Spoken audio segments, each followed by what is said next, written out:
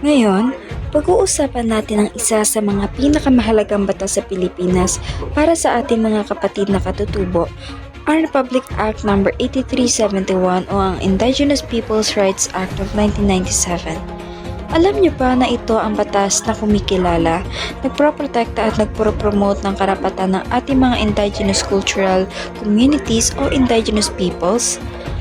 Ang RA 8371 ay ang legal na pundasyon na sumusuporta sa mga katutubo upang mapanatili ang kanilang sariling identidad at pamumuhay. Ito ay mahalaga dahil layunin nitong ipaalam sa publiko at kilalanin ang tunay na identidad ng mga IPs. Sinisiguro rin nito ang proteksyon ng kanilang mga kultura, tradisyon, kasaysayan at aspirasyon.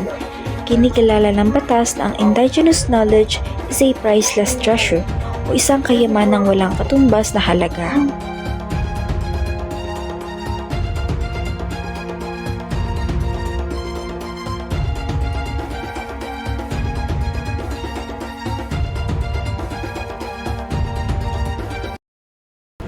Rights to ancestral domains and lands. Ang karapatang ito ay ang legal na pagkilala at proteksyon sa karapatan ng mga indigenous cultural communities o indigenous people sa Pilipinas sa kanilang mga lupain, katawan ng tubig at likas na yaman na tradisyonal nilang inuukupa, pagmamay-ari o ginagamit mula pa noong unang panahon o time immemorial. Ang ilang karapatan sa ilalim ng rights to ancestral domains ay karapatan sa pagmamay-ari. Ibig sabihin, kinikilala na sila ang tunay na may-ari ng kanilang ancestral domain, hindi ito pag-aari ng pribadong tao o kumpanya. Ito ay kolektibong pagmamay-ari ng isang komunidad. Ang ikalawa ay ang karapatan na paunlarin ang lupa at mga likas na yaman. May karapatan silang paunlarin ang kanilang lupa at gamitin ang likas na yaman tulad ng kahoy, tubig at iba pa, basta naayon sa batas at sa kanilang tradisyon. Ang ikatlo ay ang karapatan nilang manatili sa kanilang teritoryo. May karapatan silang manatili sa kanilang lupang ninuno, hindi sila maaaring paalisin ng basta-basta. Ikaapat ay ang karapatan sakaling may pagpapaalis o paglilipat. Kung sakaling mapaalis sila dahil sa kalamidad o proyekto ng gobyerno, may karapatan silang mabigyan ng tamang kabayaran, relokasyon o makabalik sa kanilang lugar. Ang ikalama ay karapatang kontrolin ang pagpasok ng mga daya o migrante. May kapangyarihang silang kontrolin kung sino ang maaaring pumasok o manirahan sa kanilang teritoryo. Ang ika-anim ay karapatan sa malinis at ligtas na hangin at tubig. May karapatan silang protektahan ang kanilang kapaligiran laban sa polusyon at mapaminsalang proyekto. Ikapito ay ang karapatan bawiin ang mga bahagi ng mga reservation. Kung may mga bahagi ng kanilang lupang ninuno na ginawang reservation ng gobyerno, may karapatan silang i-claim o bawiin ito kung mapapatunayang ito ay bahagi ng kanilang ancestral domain. At ang ikahuli sa ilalim ng rights to ancestral domain ay karapatang lutasin ang mga alitan. May karapatan silang gamitin ang kanilang sariling tradisyonal na paraan ng pagresolba ng alitan ayon sa kanilang customary laws. Ang susunod ay ang mga karapatan sa ancestral lands. Ang unang karapatan sa ilalim nito ay ang karapatang maglipat o magpasa ng lupa o ari-arian sa mga miyembro lamang ng parehong ICCs o IPs at dapat naaayon sa kaugalian at tradisyonal na komunidad na kinabibilangan. Ang ikalawang karapatan ay karapatan sa pagtubos. Kung ang paglilipat ng lupa ay naganap ng may panlilinlang, hindi malinaw ang pahintulot o hindi makatarungan ang halaga, may karapatan ang naglipat na tubusin o bawiin ang lupa sa loob ng panaong hindi lalampas ng 15 taon mula sa petsa ng paglilipat. Right to self-governance and empowerment. Ito ay ang karapatan ng mga IPs na pamahalaan ng kanilang sarili ayon sa kanilang tradisyon, kultura at mga nakasanayang batas o customary laws. Ibig sabihin, may kalayaan silang magdesisyon para sa kanilang komunidad nang hindi pinapakailaman, basta't naaayon pa rin ito sa pambansang batas. Karapatan nilang pumili ng sariling leader. Sa isang tribo, ang mga miyembro mismo ang pumipili ng kanilang dato o leader batay sa tradisyon ng kanilang grupo. Halimbawa, sa ilang tribo, tinitingnan nila kung sino ang may karanasan, respeto ng komunidad at alam ang kanilang kultura. Hindi lang basta eleksyon na kagaya sa barangay ang basihan, kundi sa kultura at tradisyon ng giya. Paggamit ng customary laws. Ang mga IPs ay may sariling batas o tinatawag na customary laws. Kung may alitan sa loob ng komunidad, halimbawa sa lupa o kabuhayan, pwede nilang gamitin ang kanilang nakasanayang batas o kaugalian para ayusin ito. Halimbawa, may usapin tungkol sa kung sino may karapatan sa isang piraso ng lupa. Ang matanda o konseho ng tribo ang magbibigay ng desisyon batay sa lumang tradisyon, hindi lang sa pambansang batas. Pakikilahok sa mga proyekto ng gobyerno. Halimbawa, may proyekto ang gobyerno tulad ng pagpapatayo ng tulay o dam sa kanilang ancestral land. Dapat munang hingin ang kanilang pahintulot at ibigay ang kanilang opinyon.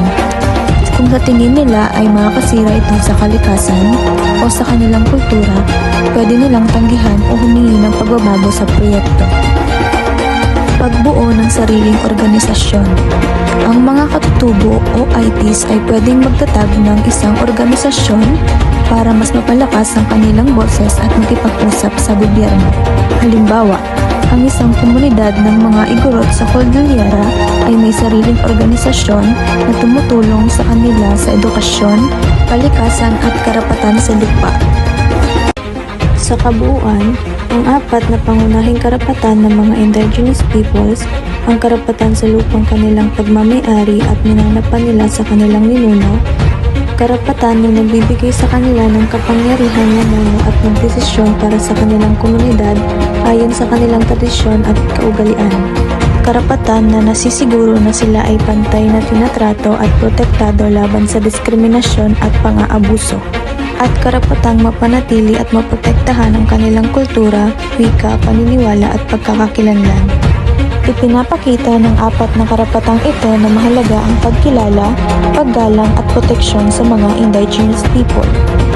Bilang mga mamamayan, tungkulin nating igalang ang kanilang kultura at suportahan ang kanilang mga karapatan. Sa pagprotekta sa kanila, pinapahalagahan din natin ang ating kasaysayan, pagkakaiba-iba at kinabukasan bilang isang bansa. Social justice and human rights. Ang karapatang ito ay nagsisiguro na ang mga indigenous peoples o IPs ay may dignidad, pagkapantay-pantay at patas na pagtrato sa lipunan. Ibig sabihin, mayroon silang parehong karapatan tulad ng ibang mamamayan. Karapatan sa edukasyon, kalusugan, trabaho at seguridad. Ang human rights ay may mga likas na karapatan ng bawat tao mula sa pagkapanganak, samantalang ang social justice ay tumutukoy sa patas na pagbibigay ng oportunidad at yaman upang maiwasan ang diskriminasyon, lalo na sa mga komunidad na nasa laylayan. Halimbawa, ang isang batang kabilang sa komunidad ng mga katutubo ay may karapatang makapag-aral sa isang paaralan na gumagalang sa kanilang kultura at wika. May karapatan din silang makatanggap ng serbisyong pangkalusugan kahit sila ay nasa malalayong lugar. Hindi sila dapat ma-discriminate o maliitin dahil lamang sa kanilang pinagmulan. Mahalaga ang karapatang ito dahil nagbibigay ito ng proteksyon laban sa pang-aabuso at tumutulong upang makamit ang kapayapaan at kaunlaran sa lipunan. Sa ilalim ng ating konstitusyon, tungkulin ng Estado na itaguyod ang katarungang pangalipunan upang masiguro ang dignidad at maayos na pamumuhay ng lahat. Cultural integrity. Ito ang karapatan ng mga IPs na mapanatili, mapangalagaan at itaguyod ang kanilang natatanging kultura at pagkakakilanlan. Hindi lamang ito tungkol sa mga kanilang nakagisnang tradisyon, kundi sa buong sistema ng kanilang pamumuhay na nagpapakita ng kanilang pagiging distinct or pagkakaiba sa dominanteng lipunan. Karapatan din ng mga IPs ang pagkakaroon ng edukasyon. Tungkulin ng Estado na magbigay ng pantay na access sa edukasyon para sa mga IPs sa pamamagitan ng scholarship grants at iba pang incentives. Dapat kilalanin din ng gobyerno ang kanilang mga kultura, tradisyon, kasaysayan at mga mithiin sa lahat ng aspeto ng pamamahala. Isa ito sa pinakamahalagang proteksyon dahil bawal gamitin o kunin ng anumang kultural, intellectual or religious property ng mga IPs na walang malayang pahintulot mula sa kanila at nang hindi sumusunod sa kanilang mga tradisyonal na batas.